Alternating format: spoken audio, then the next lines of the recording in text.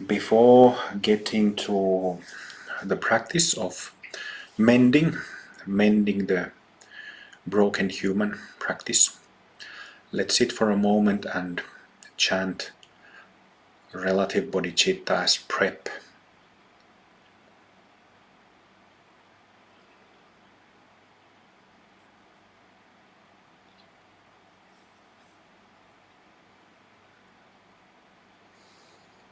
For the sake of all sentient beings.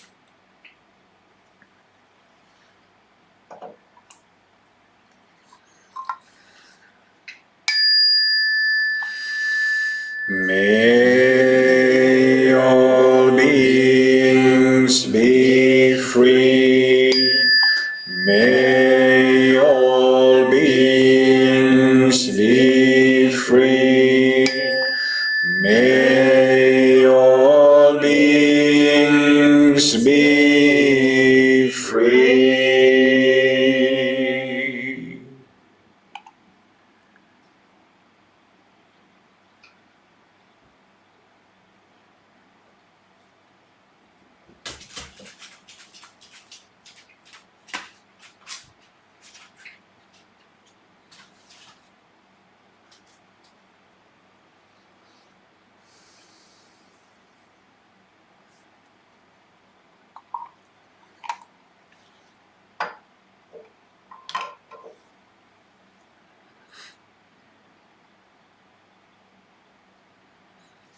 Palm to palm.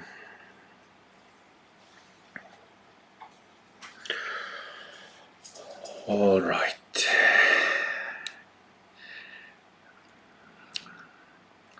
Always good to strengthen the foundation of bodhicitta.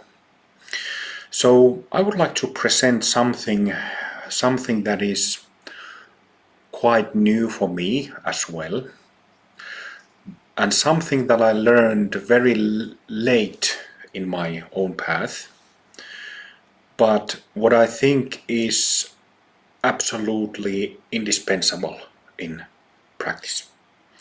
So I'm talking about practice that I've named what has the name now of mending the broken human, or mending practice.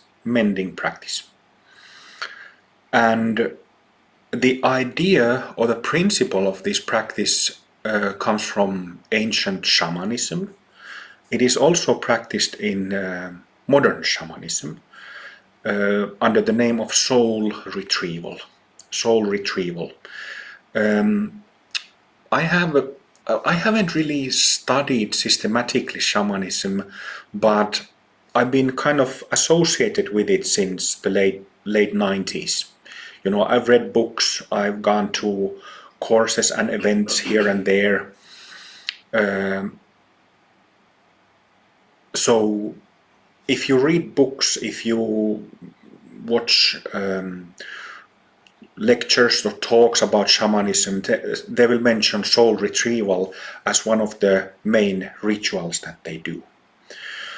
And so, like I said, just like eye affirmation that I recently have taught, and which is really a staple, very important staple practice of the path of healing and light in Amrita Mandala, that one I also discovered or realized or understood very late in my own path. But eye affirmation, like mending practice that you're about to learn, should be the first things when starting healing of trauma and when purifying the meridian field. So it's kind of well, sometimes in other instances it has also happened that I've kind of learned things backwards, in backwards fashion, but this is a good example of that. But just to give you a clear understanding, in future when new people, new students want to take up Amrita Mandala practice and path of healing and light specifically, they will learn eye affirmation and this mending practice at the get-go, in the beginning, at the start. So I will explain mending practice, and then I will teach you it. So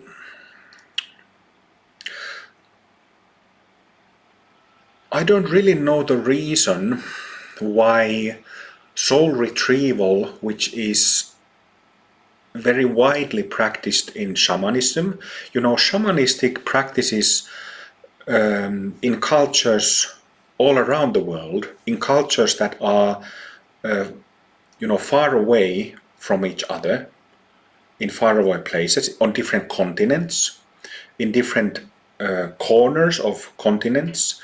Despite of the distance, shamanic practices are, I once remember reading 95% identical.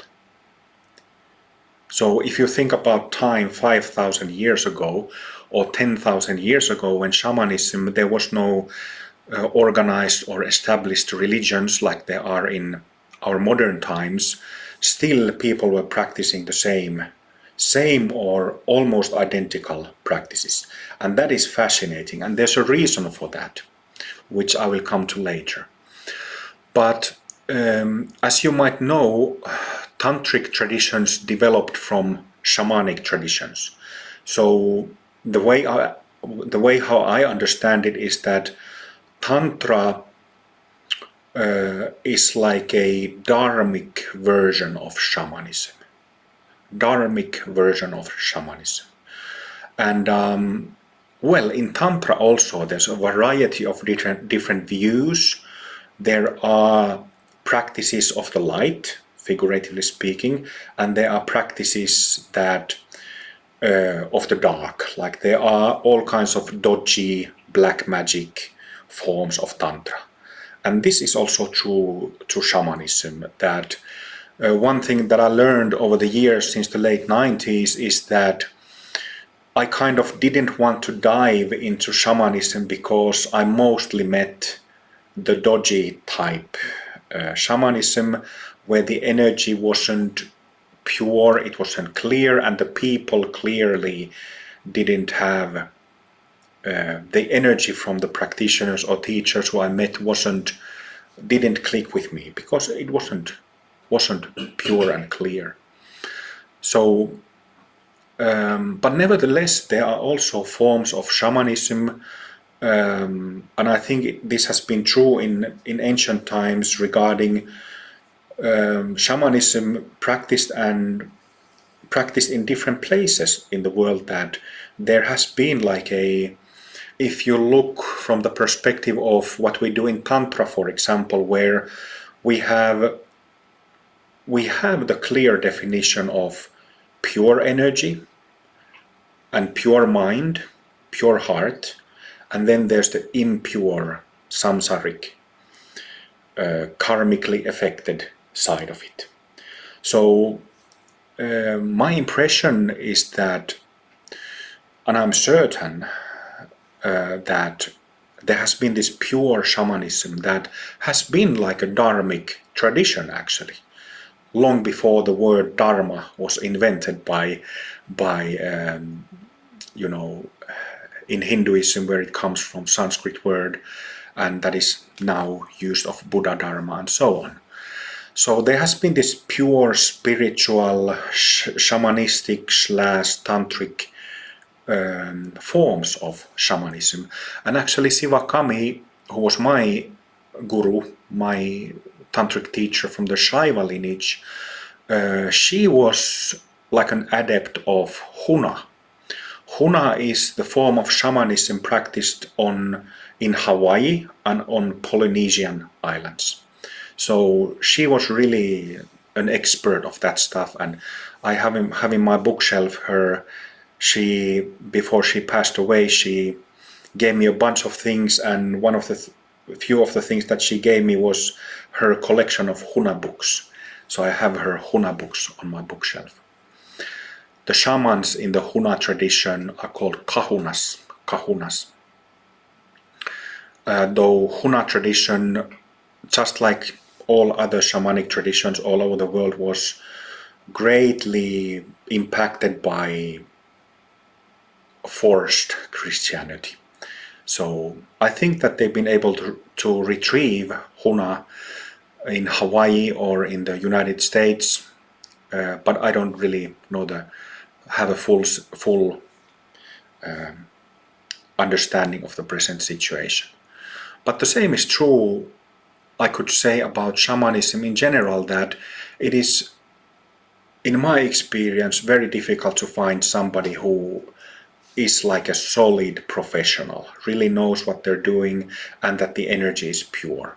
But I was fortunate to meet one such teacher recently, and that's, she helped me to, has been in a significant role in getting to this session, for example. But anyway, what I was meaning to say is that for some reason, mending practice or soul retrieval didn't and wasn't transmitted, or maybe disappeared along the way, from yogic traditions, tantric traditions, and different contemplative meditative traditions. So I could say that I have pretty good overview and I guess I could say pretty extensive experience of tantric yoga from the Hinduism and Buddhism, and I have never met this practice in yoga or tantra. So I don't know what happened there, why soul retrieval, which is one of the staple practices in shamanism, why it wasn't exercised, or maybe it just disappeared along the way from yoga and tantra traditions. But like I said, I find that it is extremely important. Extremely important. So you might wonder, what is the difference between mending or soul retrieval and purification? And the difference is very clear, and it is this. So mending means, the title I gave for the practice, Mending the Broken Human, means that when we express shocking events that traumatize us, it actually breaks our subtle body, and to be specific, it breaks meridians. So they get broken. There's not only dirt, like the fear and the traumatic imprint there on the meridians, but it also breaks those meridians. And if you read shamanic sources on this, they will, like shamans, the way how they do soul retrieval is in trance state. And because of their trance state, they give a bit different description how they describe the scattered, broken bits of the soul that they retrieve. But the way how I perceive it, which I didn't perceive for a long time, I just knew that something was off. I wasn't getting there with my tantric practices, but through receiving soul retrieval from a shaman, I understood that, there's parts of the meridian field, of the meridian body, where the meridians are actually broken, like scattered. You could perhaps compare it like if you hit a mirror with something and it gets broken, the mirror gets broken. Something similar, it gets broken, scattered, fragmented. So it's those bits and pieces that we are mending back, bringing back to, and in that way healing the subtle body, healing the meridian field. And so I intuitively knew that there was something that I wasn't accessing or reaching with my tantric practice, and I had this intuition, like a gut feeling that I've had for years actually, that I should find a shaman, a professional from shamanic tradition who would be able to help me. And this happened. And through that soul retrieval, I understood the principles of it. I don't know how to go into trance like shaman, but I understood the underlying principle that traumatization doesn't only mean that there are some patterns, something like a something how do you say, like a something, some content of hurt and pain in the system, but it also means that this the subtle body is broken and it needs to be fixed. And well, it's a good discussion, good question, that would it happen if we just continued tantric practice, meditation of basic safety? Probably, but it might take a long time. It might take too long. And this is the reason why I want to present mending practice that I've received and blessed from a couple of rainbow shamans that I'm getting to in a moment. So that is the difference between purification and mending. That with purification you're simply purifying the content. You are transforming the content, but you're not really gluing it back together. So that's the difference. And so what happens with mending is that we bring the broken pieces of a mirror, broken pieces of the meridian field back to their right places. And this has an immediate effect, in my experience, in the sense that somebody who's very traumatized gets tired very easily, for the reason that when the subtle body is broken, it constantly leaks out vital energy. So vital energy is leaking out. It doesn't stay in the system and get used and absorbed in the system like in the body of a healthy person, untraumatized person, but it leaks out from those holes, from those broken areas. So that's why when you put the bits and pieces back to their right places, it stops the leaking. And I felt this immediately when I had the healing done. I instantly noticed that, okay, something is different. And it's nothing dramatic. You just notice that I'm not getting tired as easily. And it feels like, it feels like I felt more composed. Kind of the energy system supporting itself better. So that's why removing the leaks of vital energy, as well as bringing that support of your own energy system back, is why I think mending practice is so important to do as early as possible on one's path. As early as possible. So this is the reason. I have written in my notes a disclaimer, just to remind, I don't know if I should call it a disclaimer, but just to remind that so even when we are doing like a prayer ritual that mending practice is, that heals, it can momentarily and does momentarily bring back those shocking events with that traumatized you. So you can have, and I think it's especially because we work with two, I mentioned rainbow shamans, so these ancient shamans who attained rainbow body. But I think it's because of the like the energetic history or energetic background of this practice, why it has kind of I feel that it's like a visionary side to it.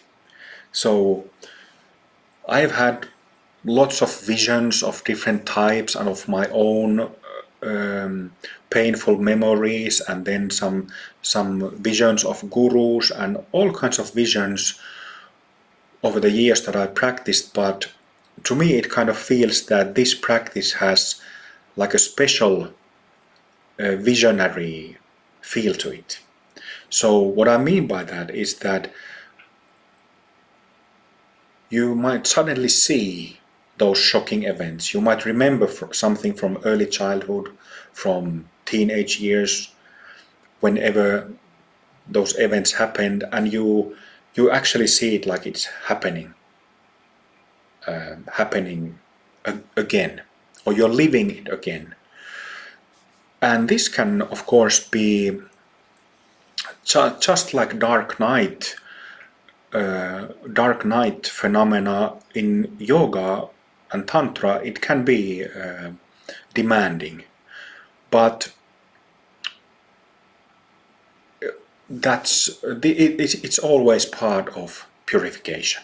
It's always part of practices that increase your freedom, that you see again and experience again these events. But remember that we are protected and supported by refuge and the gurus who we're working with, and of course by our pure and perfect nature.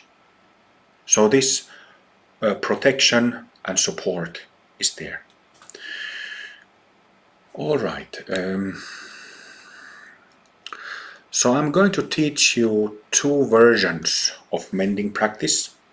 And the first one is a mending practice supported by bodhicitta. Mending practice supported by bodhicitta. And the second version is mending practice supported by rainbow shamans. Mending practice supported by rainbow shamans, namely Shivaji and Karuapo. So we're getting now to these rainbow shamans, shaman gurus, called two names, two different individuals, Shivaji and Karuapo. And you already know these two individuals, you already know these two masters, because Shivaji is the former reincarnation of Tirumular, ancient reincarnation of his, and Karuapo is the former reincarnation of Guru Rinpoche, or Padmasambhava. Few years ago, I think it was actually, I tried to remember it earlier today, I think it was in early 2020, so 4 years ago, I had a vision. I remember I was, well, actually I don't remember if it happened on retreat or in my home practice, but I suddenly saw a vision, and I instantly recognized it's a Guru Rinpoche.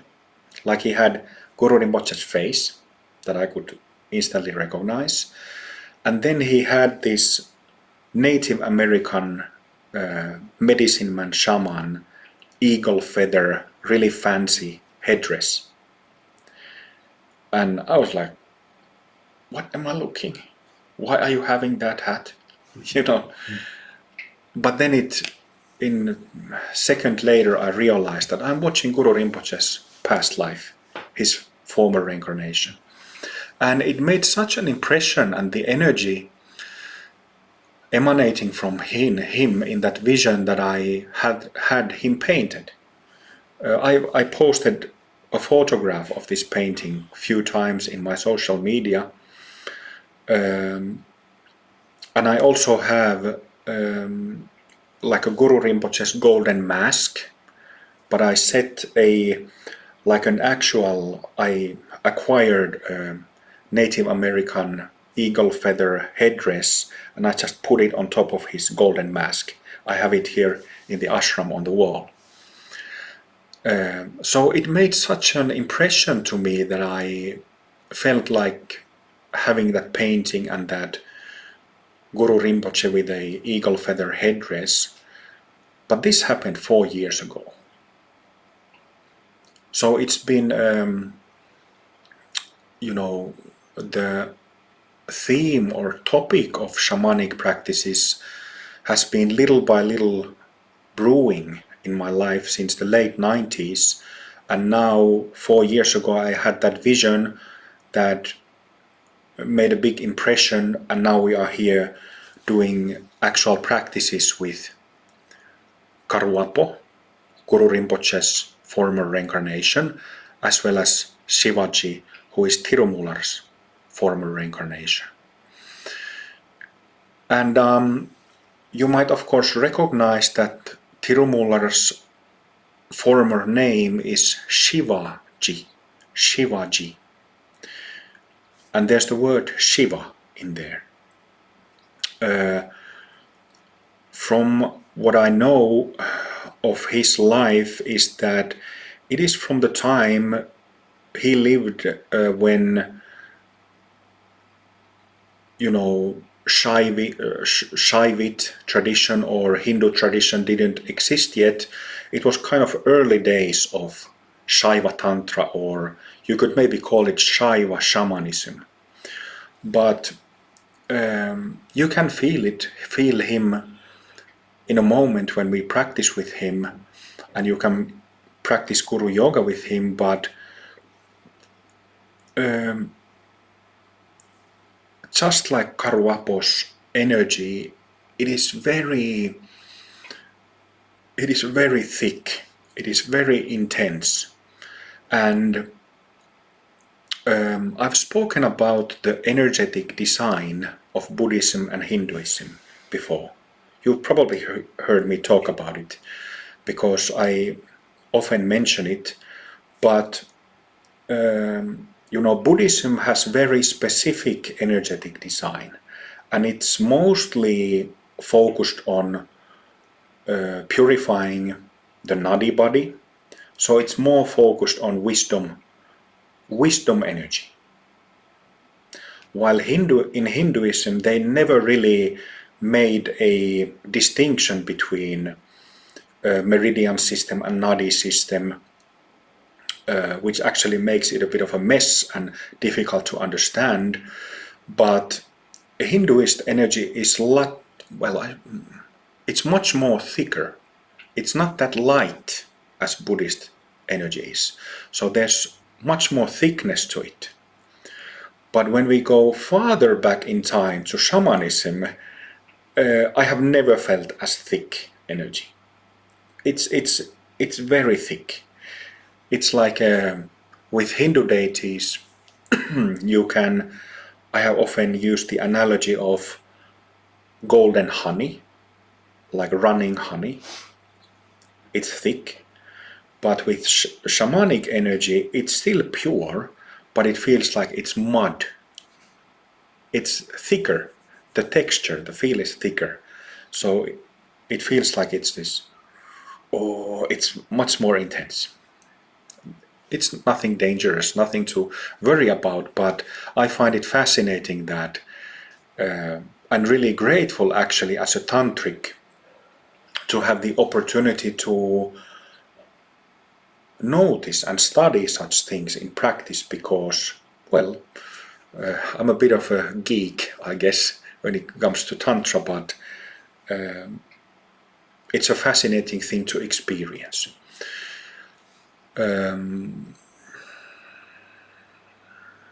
So I said that Shivaji is the former reincarnation of Tirumular.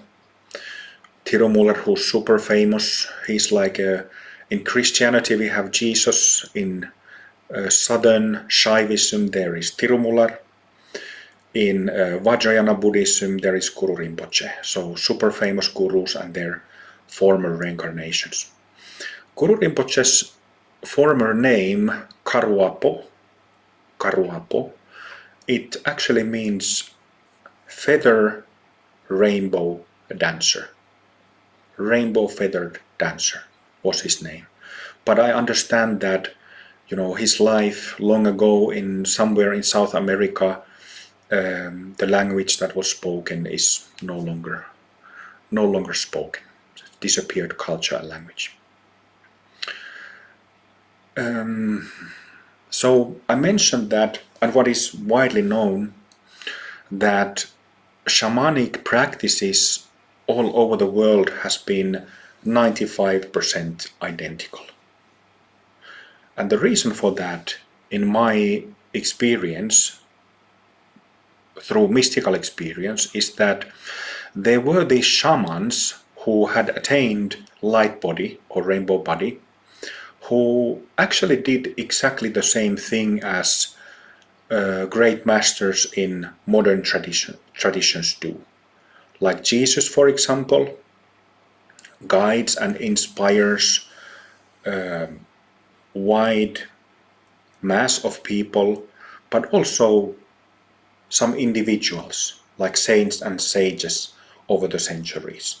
People, healers, sages today, just like Guru Padmasambhava does and has done for many centuries, and others like them.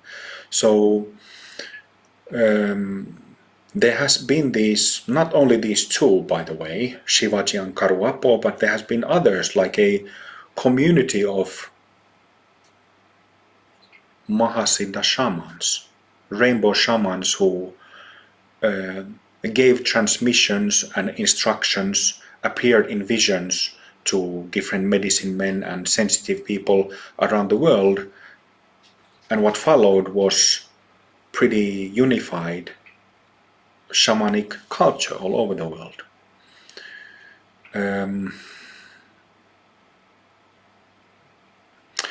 So yeah, I think that's what I had prepared as an introduction about mending practice. And like I said, there are two versions that I'm going to teach in this session, Mending the Broken Human. First supported by bodhicitta, and second supported by rainbow shamans, namely Shivaji and Karuapo. So I hope that we have enough time. We might go a little over time this evening, but if it looks like it will go too much over time, then I will continue what we don't have time to cover tomorrow morning in the morning session.